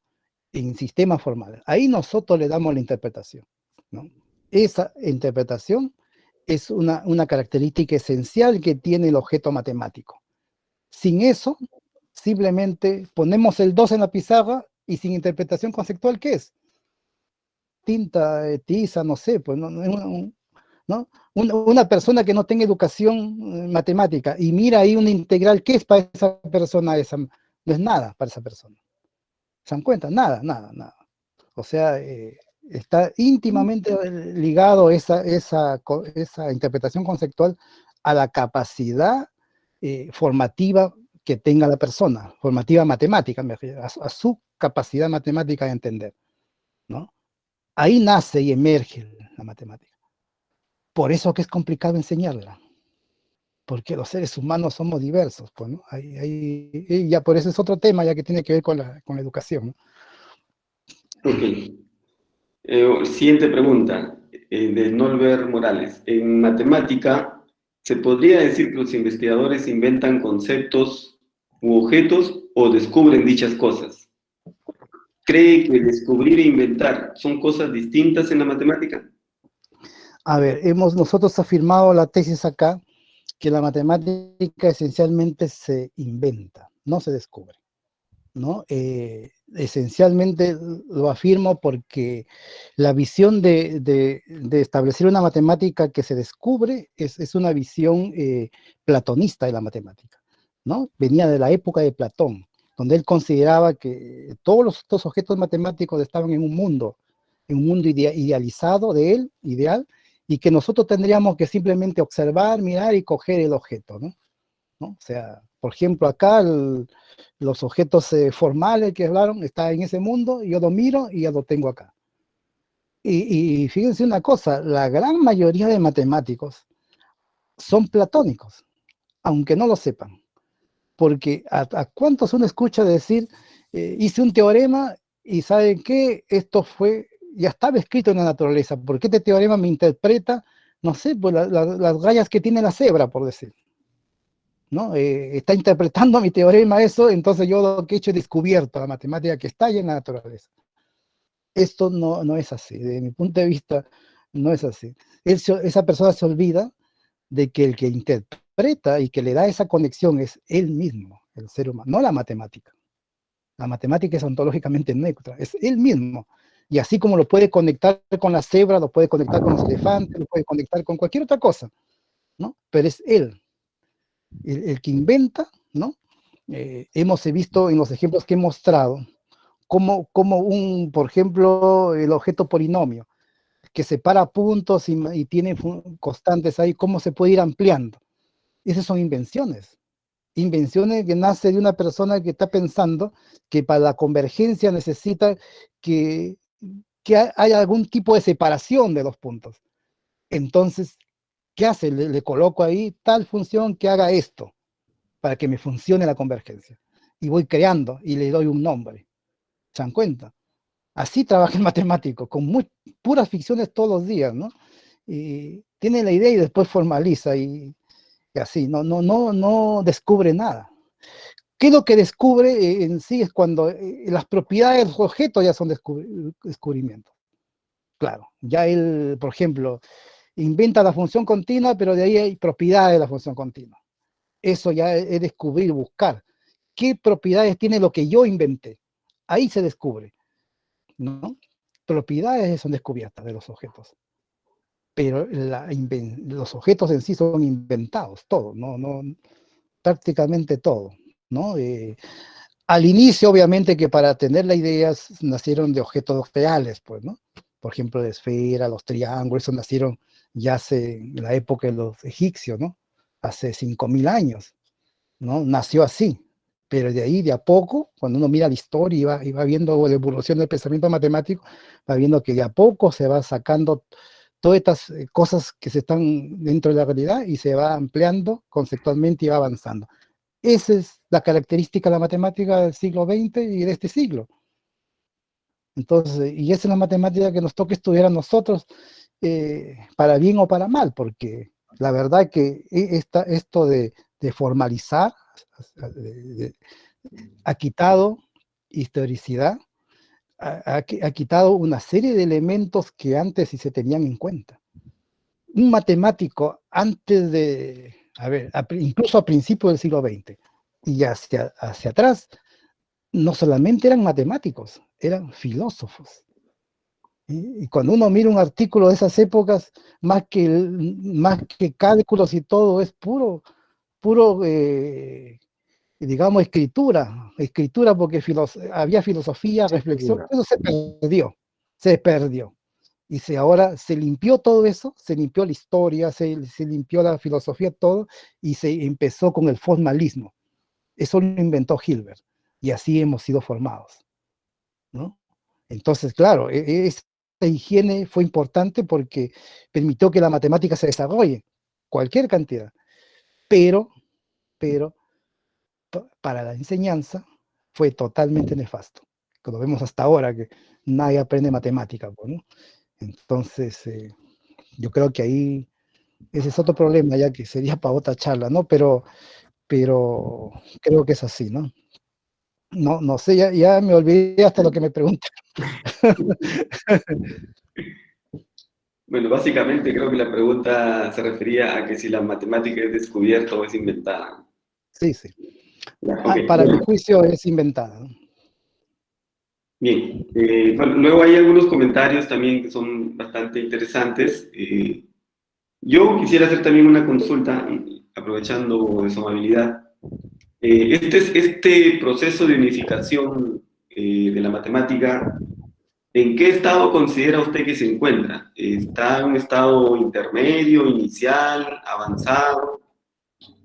Yo creo que se encuentra en un estado bastante intermedio, porque ya hay puentes y hay conexiones que están en un buen estado, ¿no? Pero falta aún más, falta. O sea, el programa Landgraf todavía está, yo creo, en un estado medio, falta todavía.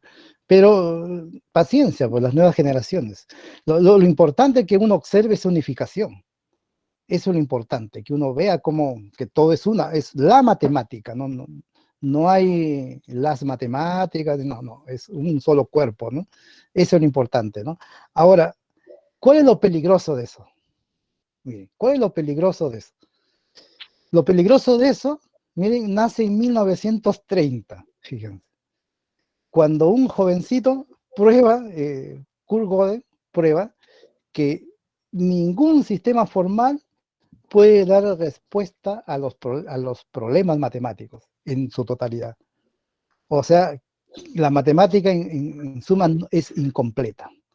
Está diciendo de que si nosotros seguimos formalizando matemática, va a haber problemas, ¿ya? Que no vamos a ver, no vamos a poder probar si es verdad o es falso, ¿no? Como está ocurriendo ahora con la hipótesis del continuo, por ejemplo, que no se puede probar, ¿no? Entonces, y si eso pasa, entonces esa unificación y esos puentes va a ser muy complejo que se llegue a un final, ¿no? Entonces, pero yo creo que eso ya no lo vamos a ver nosotros, nuestra generación, ¿no? Pero y eso ya está probado y eso ya está, digamos, ese teorema de incompletitud de las matemáticas está totalmente aceptado por la comunidad matemática, así que eso, sabemos todos los matemáticos que siempre van a haber problemas que no se va a poder resolver, por lo menos en nuestro sistema formal. Vamos a tener que ampliar el sistema formal para poder agregarle un axioma más, para poder solucionar eso, pero y después va a aparecer otro problema, ¿no? Y así, es incompleta la matemática. Así que ese es el problema que tiene, pero mientras tanto, yo por lo menos soy un soñador, yo creo que la matemática es más bonita cuando se unifica y se ven estas conexiones, es muy bonita, ¿no? Ok. Muchas gracias, doctor Steven. Le poder agradecemos conversar. bastante por su tiempo. Hemos abusado, creo, de No, usted hoy eso día. está, sí. No, Muy ustedes bien. saben que yo, la facultad, ustedes saben que yo tengo mucho cariño por la facultad, así que cuando ustedes quieran, nada más, yo estoy a sus órdenes. Para mí es un agrado que no solamente tú, veo aquí a Miriam Estrada, varios que son, no, Walter Arriaga, que han sido mis alumnos, ¿no? Han sido muy buenos alumnos, tengo muy buenos recuerdos y me alegra mucho que sean profesionales exitosos, ¿no? Así que muy Gracias. agradecido, muy agradecido. Una última, el doctor Ángel está levantando la mano, creo que quiere manifestarnos Sí. algo. Ah, ¿cómo está, Buenas profesor? noches, Don buenas noches, Ángel, ¿cómo doctor está? Rojas, doctor Santa María, buenas noches, colegas asistentes.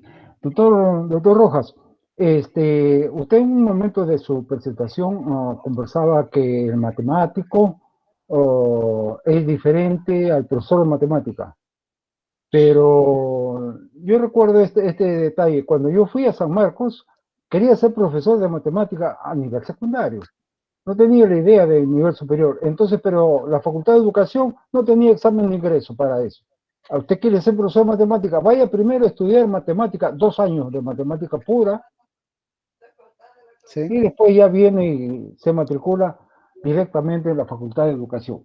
Entonces, si el matemático y el profesor de matemática son dos cosas distintas, ese profesor de matemática no necesita, digamos, estudia unos cursos básicos y de ahí comienza a repetir nada más.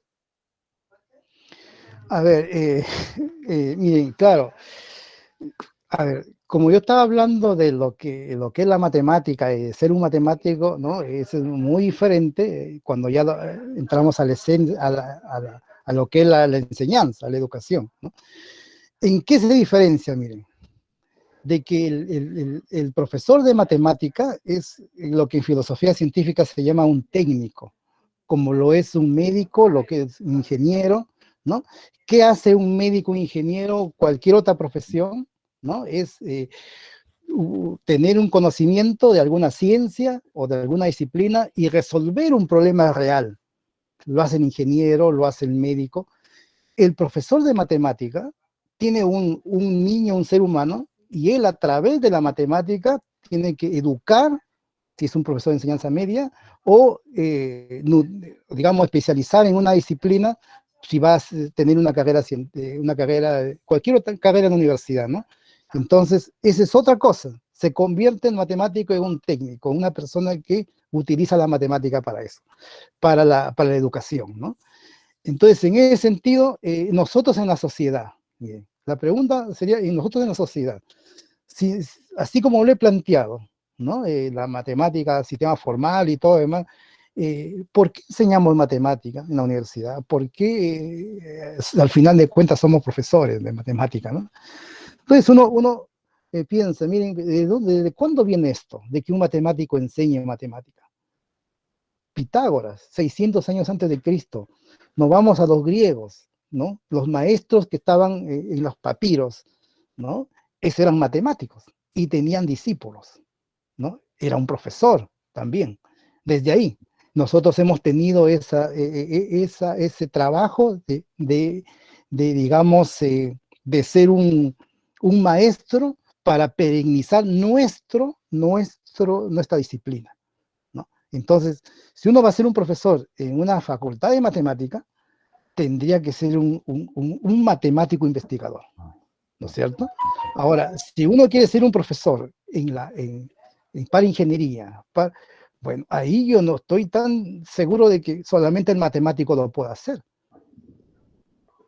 Un ingeniero con buena formación matemática, que conoce cómo se usa la matemática dentro de su carrera, probablemente lo haga mejor que un matemático, ¿no? Pero sin embargo, nosotros en la legislación y también en muchos países obligan que el matemático tenga que enseñar esos cursos, ¿no? Y nos convertimos de ser un científico, ¿no? Miren lo que estoy diciendo y que en el Perú se confunde mucho. La matemática no es una carrera profesional. ¿En qué lugar del mundo hay colegio de matemáticos? ¿No? La matemática es una carrera científica. Nosotros somos científicos, hacemos matemática. Entonces, pero la sociedad nos da a nosotros un rol distinto. Aparte de investigar, nos da el rol también de ser profesor de formadores. Entonces, tenemos esta otra faceta, ¿no? Lo tenemos que lograr hacer, y para eso pues hay que estudiar, y el tema educativo es un tema, un tema aparte, ¿no? Hay que tener formación pedagógica para eso. Entonces ya dejo de ser un matemático y me convierto en un profesor de matemática, Sí, ¿no? Si doctor. tengo buena base matemática, seré pues un excelente profesor de matemática. Y está Es que, bien. doctor, hay una ¿Sí? confusión, es que, bueno, antes que nada, yo estando ya en la Facultad de Matemáticas continué y me olvidé de educación, ya no, quiero Ya, quedarme, quiero ser matemático, o en claro, todo claro, caso enseñar en la Facultad de Matemáticas. así es. Ahora, usted acaba de mencionar, por ejemplo, que un ingeniero podría, con cierta formación, perfecto, podría enseñar en su propia facultad, ¿no es cierto? Pero ahí está otra cuestión de que el matemático debe también prepararse a no enseñar, a simplemente repetir sus teoremas, ¿no? Cuando va a enseñar a una facultad. Porque si no, ¿cómo aparece la matemática aplicada? Ahora estamos, por ejemplo, se anuncia un congreso donde todo es EDP, EDP, EDP, EDP, le cambian de nombre, ¿no? Le cambian de nombre. Pero es que el matemático, muy bien hecho, yo no estoy en contra de que se haga todo EDP, ha sabido aplicar su matemática, su EDP, en mecánica de fluidos, en ciencia de la vida, y etcétera, etcétera, ¿no? ¿No es cierto? Sí, Entonces, cuando hay una confusión. Cuando se habla de educación, para que enseñe secundaria. Pero también hay otro problema, y disculpe que voy a tener me ha recordado un problema que no exactamente en matemáticas, sino en otra área. Todos los graduados en una cierta ingeniería han hecho educación, educación, educación, y son profesores principales, sí. o Así son los posgrados, los administradores. posgrados. Entonces ya la ciencia, en este caso, volviendo a la matemática, si fuera el caso de la ciencia matemática, entonces ya no va a ser ciencia, ¿no? Claro, ya no deja de ser ciencia, se convierte en una técnica ya, es cierto, pues, ¿no? Y fíjese que lo que estamos hablando ocurre en todos los países, menos en el Perú. No es una cosa que mi creencia personal, mi opinión, no es No, no, eso. claro, claro, no es Nada nada de eso, personal. eso está en todos los países ¿no? Brasil, Argentina, Chile, por donde sea. Menos en el Perú. En el Perú creemos que somos profesionales, ¿no? Que somos profesores, ¿no? Que somos docentes, se dice, ¿no? En el Perú, ¿no? Y se hace colegio de matemáticos y se crea un gremio y todas esas cosas que usted no ha visto. O sea, lo que hay son sociedades científicas, academia de ciencias, ¿no? Eso es lo que hay, porque somos científicos. No somos, o ejercemos la docencia, o la sociedad nos ha puesto esto, y queremos hacerlo con responsabilidad, hay que estudiarlo, porque ahora hay líneas de investigación también y didáctica de la matemática y todo eso, ¿no? Pero no es en esencia ser un matemático, un profesor. Incluso un matemático, le digo, con todo esto que hemos hablado, tiene poca vocación para ser profesor. Enseñan pésimo la mayoría, Claro. pésimo.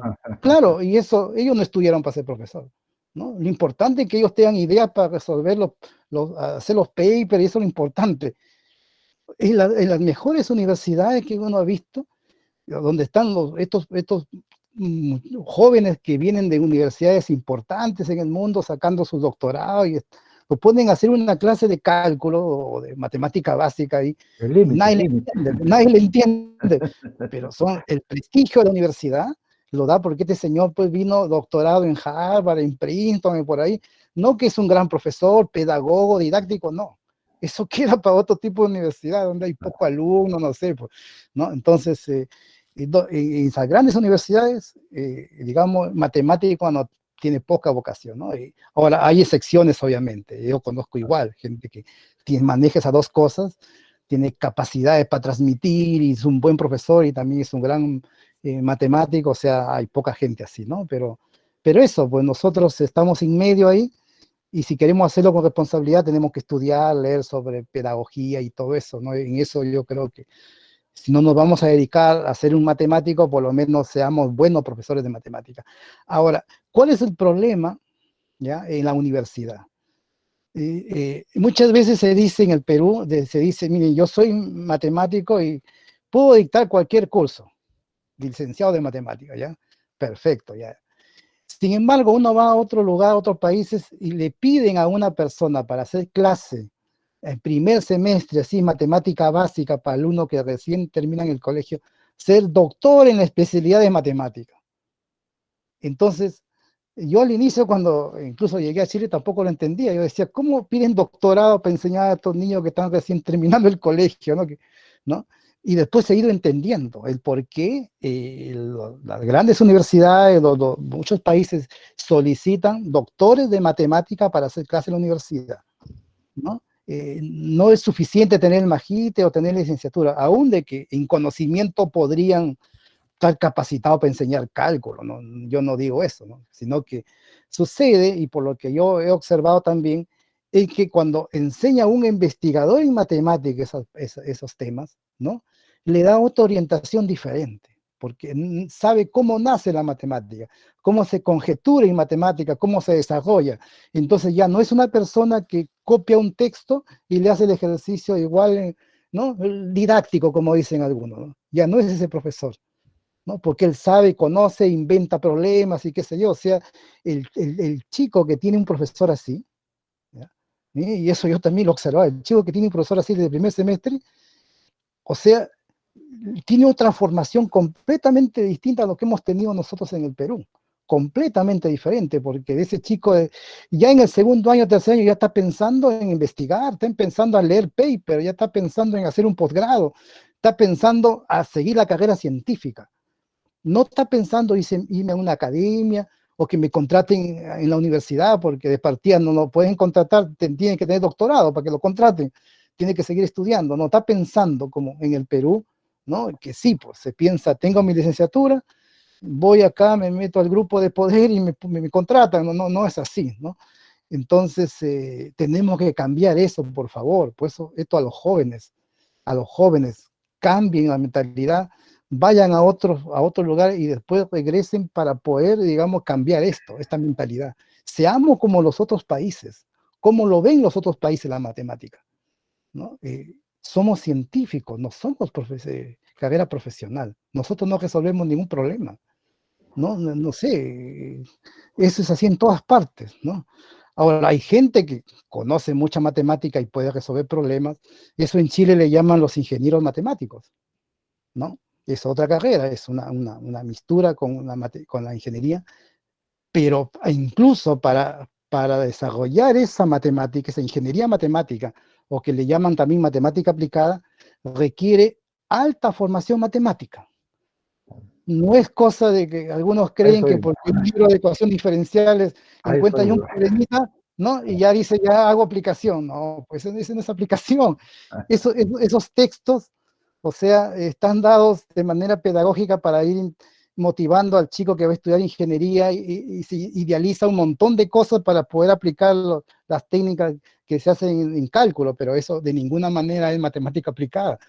Requiere mucha formación matemática, es complejo igual, muy compleja. Entonces, hay que seguir, hay que estudiar, para tener esa visión hay que seguir avanzando, estudiando y ahí lo van a entender, ¿no? Doctor, hablando... Sí, dígame.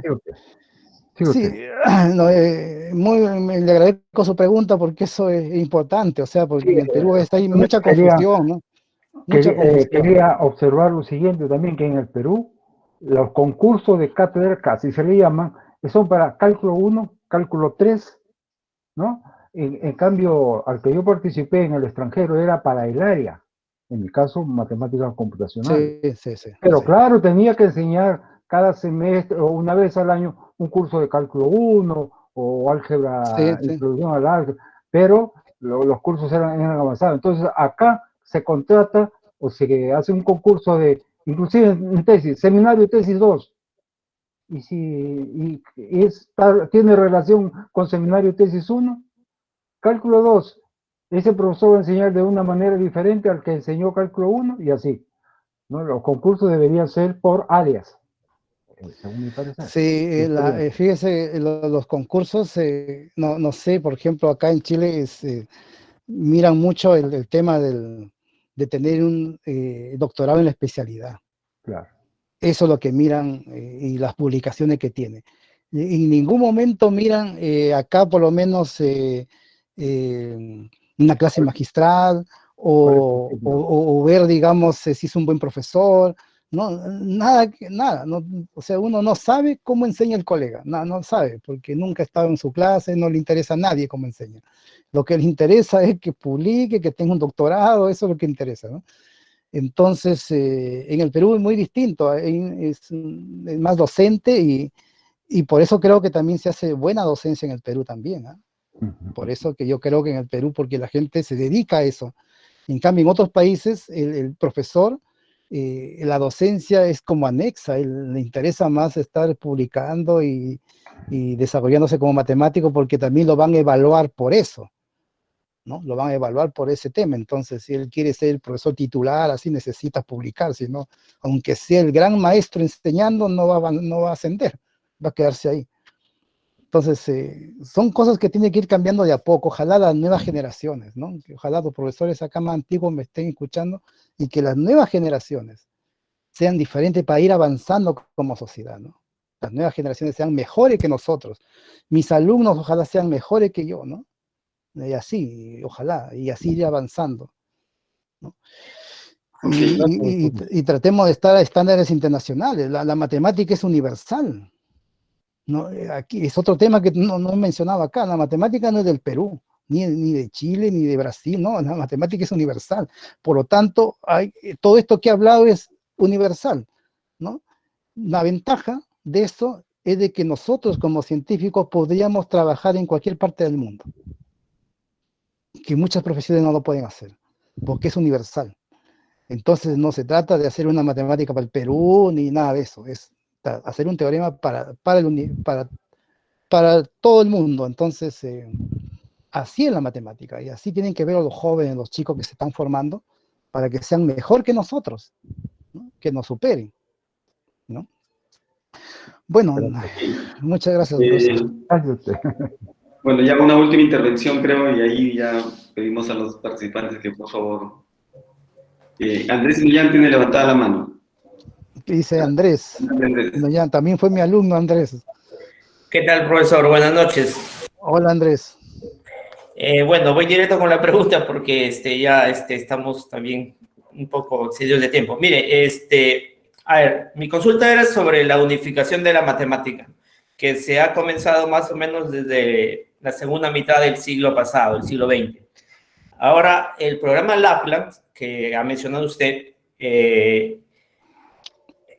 trata de ver, digamos, como lo dice usted mismo, la belleza de la matemática, pero a nivel global, ¿no? Es como cuando uno puede ver el edificio que se está construyendo grande, hermoso, ¿no? Esas unificaciones, esos puentes, usted diría que es la tendencia, o sea, digamos, es la corriente por la cual, a la cual le está siguiendo la matemática en la actualidad, o hay otras corrientes así parecidas o digamos que tienen sus propias canalizaciones, ¿no? Esa es la pregunta. ¿Es la unificación el futuro? Mira, José, con decirte lo siguiente, las medallas Fields, los grandes premios de la matemática mundial, el premio Abel, ¿quiénes los ganan? ¿No? Son justamente estos jóvenes, exactamente. Esa es la matemática, esa es la tendencia, hacia allá caminamos, ¿ya? Eso es todo, no, lo demás hacemos cositas chicas, yo me incluyo ahí, ¿no? Somos pequeños matemáticos ahí, pero así lo que es la matemática, eso, a nivel mundial, ¿quiénes son los reconocidos? ¿No? Pocos matemáticos aplicados, la gran mayoría son puros. Estas medallas Fields, miren los trabajos de investigación, cómo han ganado la medalla Fields, todo es geometría algebraica, topología, física teórica y todo eso, ¿no? Y todo. Y los premios Abel, los señores ya que han ganado los premios Abel, ¿qué están haciendo? Tratando de unificar, pues, las grandes conexiones que han hecho en su vida, es la tendencia, ¿no? Eso definitivamente es. Y aún más, los centros de investigación más potentes en el mundo, Harvard, Princeton, sus departamentos de matemáticas son fuertes justamente en eso, geometría algebraica, topología algebraica, álgebra abstracta, todas esas cosas. ¿Te das cuenta? Ahora, es un núcleo pequeño. El núcleo más grande son los que hacen aplicaciones, es el núcleo más grande y que tiene incluso mayor financiamiento y todo, pero los que realmente son reconocidos por toda la comunidad matemática son los matemáticos puros, la gran mayoría. Uno que otro puede salir en la aplicación, pero que ha hecho también algo espectacular, ¿no? Y que esa persona también tiene una alta formación matemática, indudablemente, ¿no? Pero ese es el camino que se está siguiendo y va a seguir, ¿no? No hay nada que se vuelva atrás, nada de eso, ¿no? Solamente nosotros en el Perú pensamos que queremos aplicar todo, ¿no? Solamente en el Perú. Y fíjense, nosotros los peruanos nos perdemos una gran oportunidad, porque ¿ustedes creen por qué países como la India, que es extremadamente pobre, la Europa del Este, ¿no? Tienen grandes matemáticos y tienen grandes escuelas de matemática? ¿Saben por qué?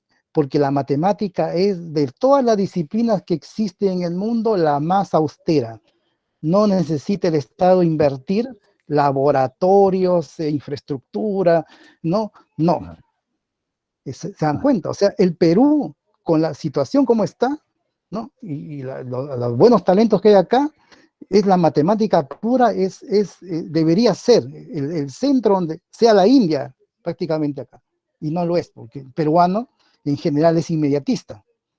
Él quiere aplicar todo, quiere resolver todo, cuando si las cosas fueran así de fáciles, pues Alemania, Japón ya tuvieran superado un montón de problemas que también tienen, ¿no? No es así tan fácil, es muy difícil hacer matemática aplicada también. Modelamiento matemático es extremadamente difícil también, ¿no? Así que ese es el camino, José Inoñán. Muchas gracias, profesor. Ok, bueno, muchas gracias nuevamente, doctor Steven. Ya, Santa María. No me queda más que Doctor, perdone que le interrumpa, Oscar. Sí, Buenas noches, solamente para felicitar a Steven pues por su conferencia y decirle que en realidad yo lamento no poder estar más concentrada en todo lo que, porque justo ha coincidido ya en una partecita con el Consejo Universitario, pero no podía dejar de saludarlo, ¿no?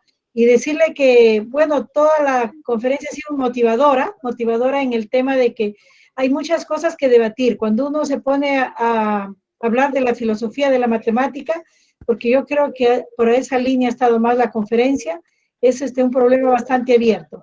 Yo más bien pienso, mi querido amigo, que deberíamos tener encuentros más frecuentes y encuentros así donde haya un diálogo permanente en relación a posturas de la filosofía misma de la matemática, ¿no?